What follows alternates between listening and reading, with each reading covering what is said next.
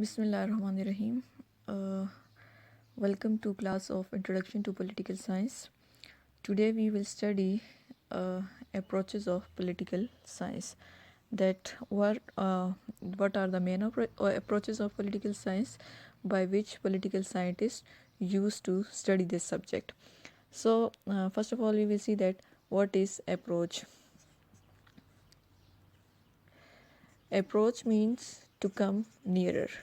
Approach basically means to come nearer or to draw near or to draw near an object from a specific or from a given point. To draw near an object from specific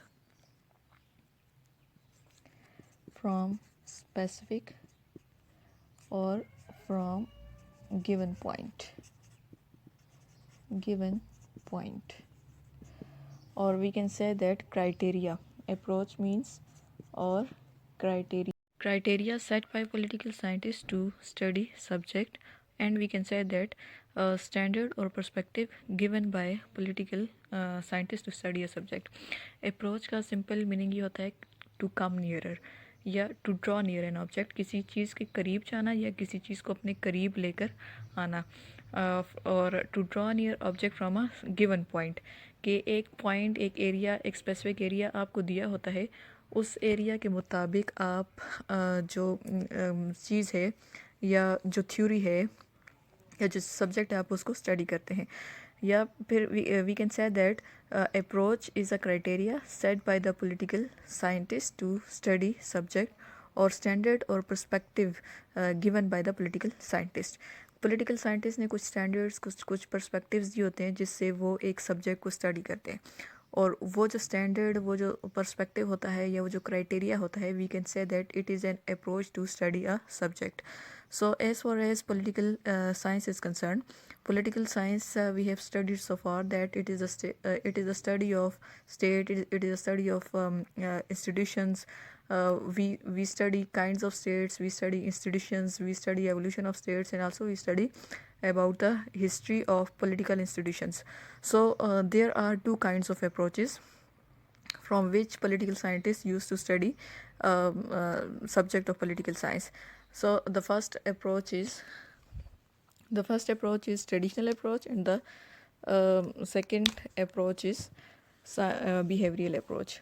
Traditional and behavioral approach. Behavioral approach.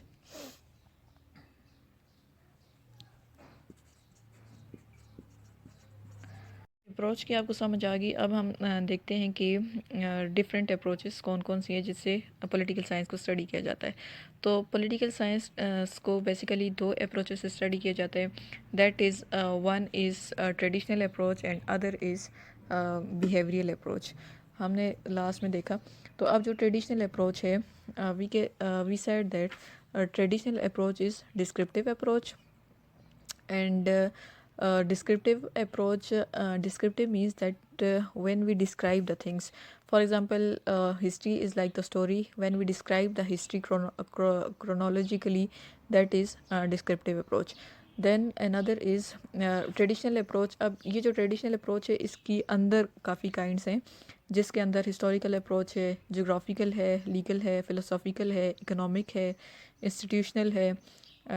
और सबसे पहले हम देखते हैं historical approach क्या है. Historical approach simple, it is the descriptive approach, and when we describe the things, for example when we study the background of the things. So when political scientists describe the background of the things or evolution of the institutions, we can say that they are studying political science through this approach.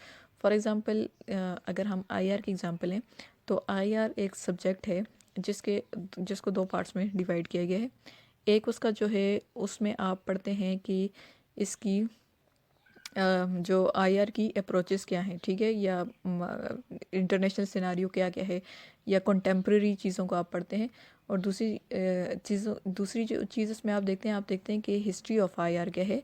History of IR के अंदर आप background पढ़ते हैं और international relations का evolution पढ़ते हैं, ठीक है। तो जब आप बैकग्राउंड और एवोल्यूशन पढ़ते हैं तो we can say that we are और political scientists are studying IR through this approach.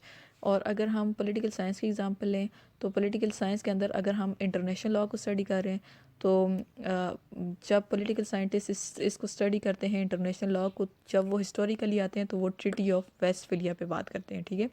Treaty of Westphalia जो कि 1648 में साइन हुआ था स्टेट्स के दरमियान में। और उसके बाद लॉ की फाउंडेशन रखी गई, इंटरनेशनल लॉ की फाउंडेशन रखी गई। और आहिस्ता आहिस्ता लॉ इवॉल्व हुआ, फिर Aahista Aahista political international institution जो है वो इवॉल्व हुए।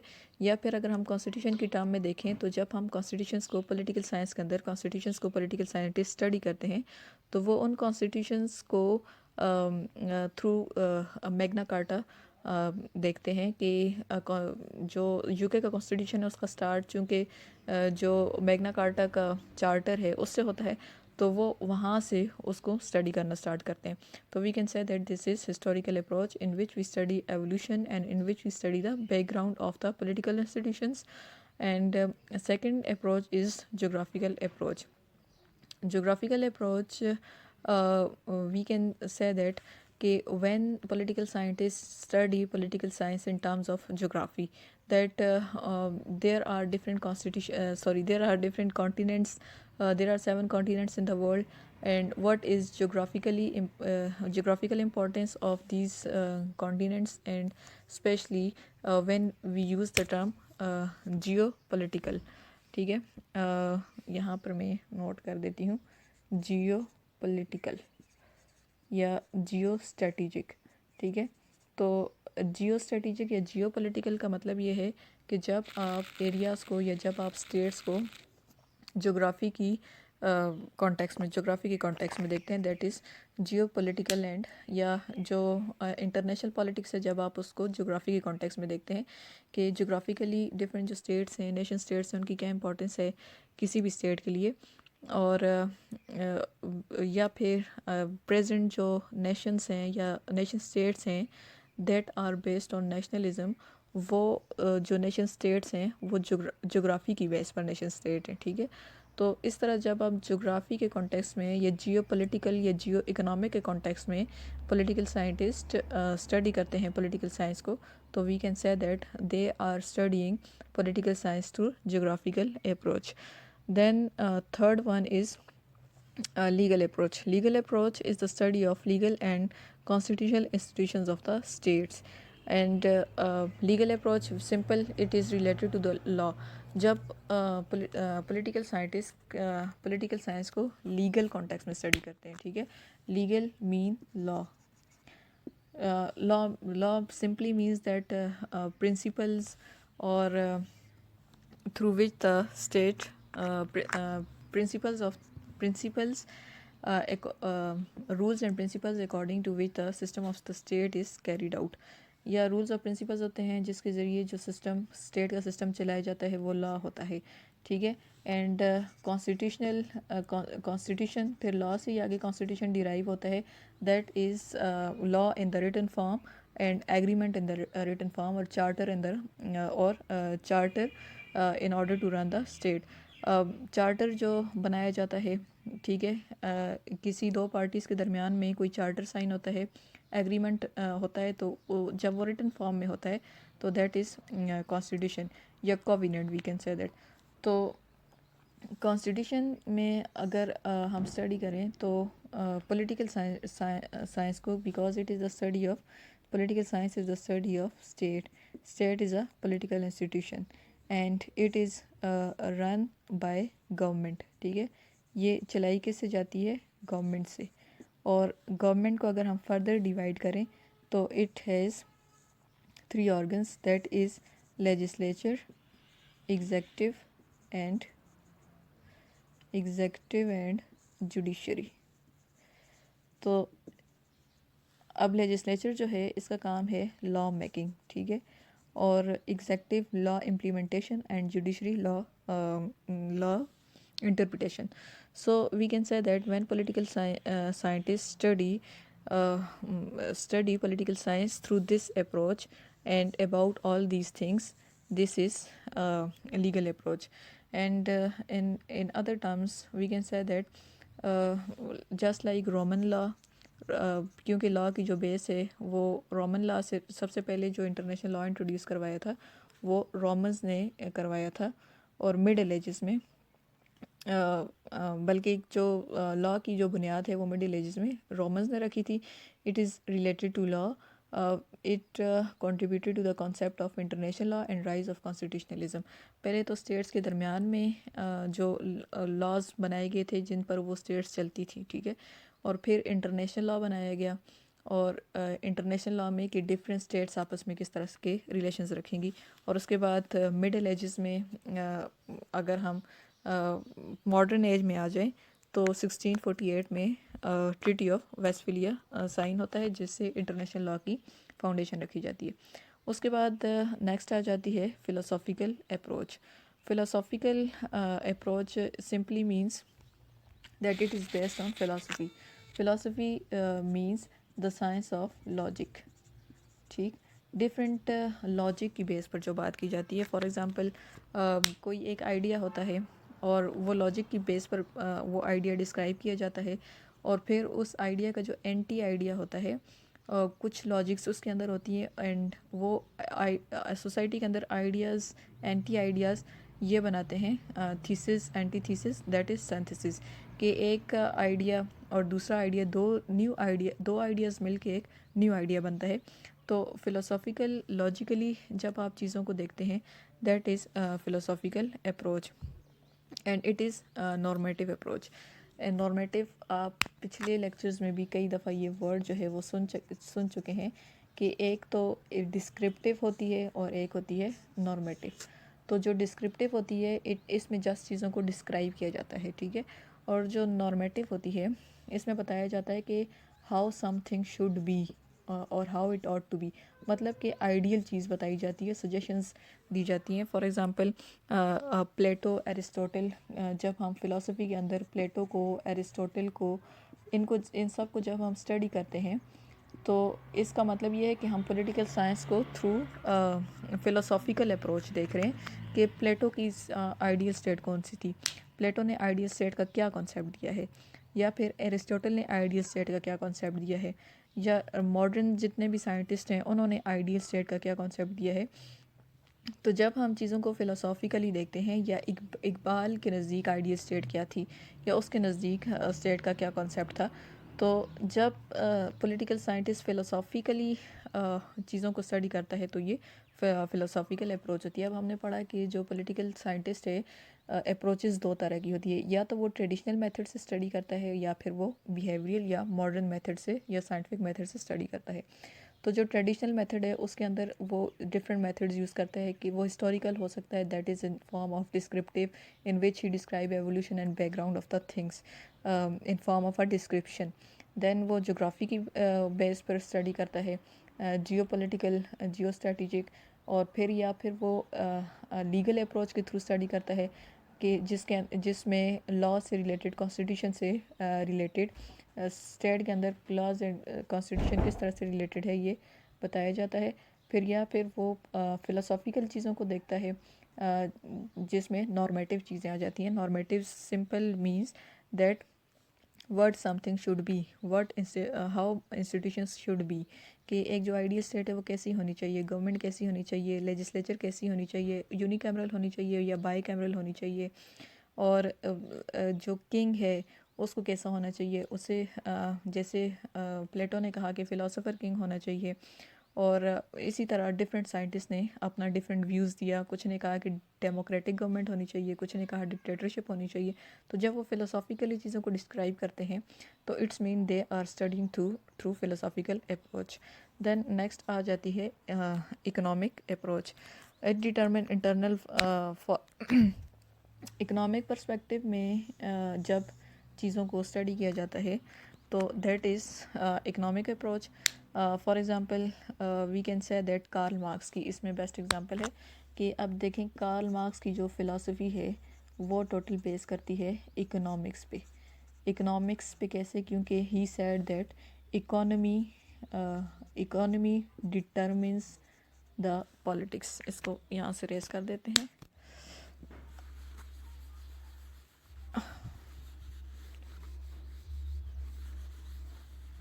फॉर एग्ज़ाम्पल कार्ल मार्क्स ने क्या कहा कि इकोनॉमी डिटरमिन पॉलिटिक्स, कि आपकी जो पॉलिटिक्स है वो इकोनॉमिक्स डिटरमिन करती है. और इसी की बेस पर जो बोल्शेविक रेवोल्यूशन है 1917 का बोल्शेविक रेवोल्यूशन, वो आता है इकोनॉमिक की बेस पे और उनका पॉलिटिकल सिस्टम टोटल चेंज होके कम्युनिस्ट डिक्टेटरशिप में चेंज हो जाता है. Communist dictatorship. So when political scientists study political science through economic, political scientist economy की terms में देखते हैं politics को, तो we can say that this is economic approach of political science. कि economically भी political scientist जो है वो political science को study करते हैं. and economics is the important part of politics. then उसके बाद आ जाती है institutional approach. अब इंस्टीट्यूशनल अप्रोच में different institution, when political scientist they study different institutions. ठीक है, कौन सा इंस्टीट्यूशन है सबसे जो बेसिक इंस्टीट्यूशन है, मेन इंस्टीट्यूशन है, दैट इज़ स्टेट. एंड इस फिर स्टेट के अंदर कौन सा इंस्टीट्यूशन है? गवर्नमेंट का इंस्टीट्यूशन. अब गवर्नमेंट के अंदर भी इंस्टीट्यूशंस हैं, वही एग्जेक्टिव, लेजिस्लेचर, जुडिशरी, या फिर different economic institution. We can say that उसी के एग्जेक्टिव, लेजिस्लेचर, जुडिशरी के अंदर हम ऐड कर देते हैं इकोनॉमिक इंस्टीट्यूशंस. ठीक, जब स्टेट के डिफरेंट इंस्टीट्यूशंस को पॉलिटिकल साइंटिस्ट स्टडी करते हैं, दैट इज़ इंस्टीट्यूशनल अप्रोच. ठीक, कि गवर्नमेंट को किस तरह से वर्क करना चाहिए, या कंट्री की जो इकोनॉमी है उसको किस तरह से कंट्रोल होना चाहिए, और इकोनॉमी किस तरह से वर्कआउट करती है. और या फिर इंस्टीट्यूशंस की बेस्ट एग्जांपल है कि जब प्लेटो ने दिया कॉन्सेप्ट कि सोसाइटी के अंदर 3 क्लासेस होनी चाहिए. ठीक है, एक आ गई फ़िलासफ़र किंग की क्लास, और एक आ जाती है सोल्जर्स की क्लास, और एक आ जाती है वर्किंग क्लास. अब ये जो 3 क्लासेस हैं, they are different institutions of the state. ठीक है, this institution is ruling, this is giving defence, and this is working for the society. So when political scientist describe about the evolution of the state. अब ये जो सारी हैं, ये हैं एक बेसिकली ये अप्रोच एक ही है. ठीक है, ट्रेडिशनल है. फिर ट्रेडिशनल के अंदर आप पॉलिटिकल साइंटिस्ट जो है वो चीज़ों को हिस्टोरिकली भी देख रहा है. ठीक है, हिस्टोरिकल पर्सपेक्टिव से भी देखते हैं, जोग्राफिकल पर्सपेक्टिव से भी देखते हैं, लीगल पर्सपेक्टिव से देखते हैं, फ़िलोसॉफिकल होता है. और philosophical and institutional are to some extent same, we can say that. ठीक है, क्योंकि फ़िलासफ़ी के अंदर भी इंस्टीट्यूशंस की ही जोग्राफ़ी को मेंशन किया जाता है, या इकोनॉमिक्स के पर्सपेक्टिव में देखते हैं. तो ये जो 3 अप्रोचेस हैं, philosophical, economic and institution, they are interlinked because institutions include economic institutions, and in philosophy we study different institutions, political scientists study different institutions, this including the economic institutions, including the institutions of the state. So ये आ गई approaches, his traditional approach, जिसमें आ जाती है आपकी historical approach, geographical approach, legal approach, philosophical approach, scientific approach, and institutional approach. तो उसके बाद फिर अब हम देखते हैं बिहेवियरल अप्रोच क्या है. What is behavioural approach? तो बिहेवियरल अप्रोच को बिहेवियरल अप्रोच के जो सिस्टम है वो रन किया जाता है उसके फंक्शन से. ठीक है, और फंक्शन सही से परफॉर्म हो रहे हों तो इसका मतलब है कि सिस्टम रन कर रहा है. ठीक, तो फंक्शंस कौन परफॉर्म करता है, दैट आर इंडिविजुअल्स, ठीक। या फिर जब अप्रोच रखी जाती है कि individuals are mean to an end, individuals are mean to an end, कि जो इंडिविजुअल्स हैं अगर वो सही तरह से काम करते हैं तो जो आपका एंड है दैट इज़ स्टेट, वो सेव रहती है। तो जब पॉलिटिकल साइंटिस्ट जो हैं वो बिहेवियरली इंडिविजुअल्स के कॉन्टेक्स्ट में स्टडी करते हैं तो that is behavioural approach. 1950s में ये आई थी। तो इसके जो दो एस्पेक्ट्स थे, एक तो माइक्रो पॉलिटिकल, अब जो पॉलिटिक्स को स्टडी करने के दो एस्पेक्ट्स होते हैं, ठीक है, एक माइक्रो पॉलिटिकल होता है, एक मैक्रो पॉलिटिकल होता है। और जो माइक्रो पॉलिटिकल है वो आपने पढ़ा कि इंडिविजुअल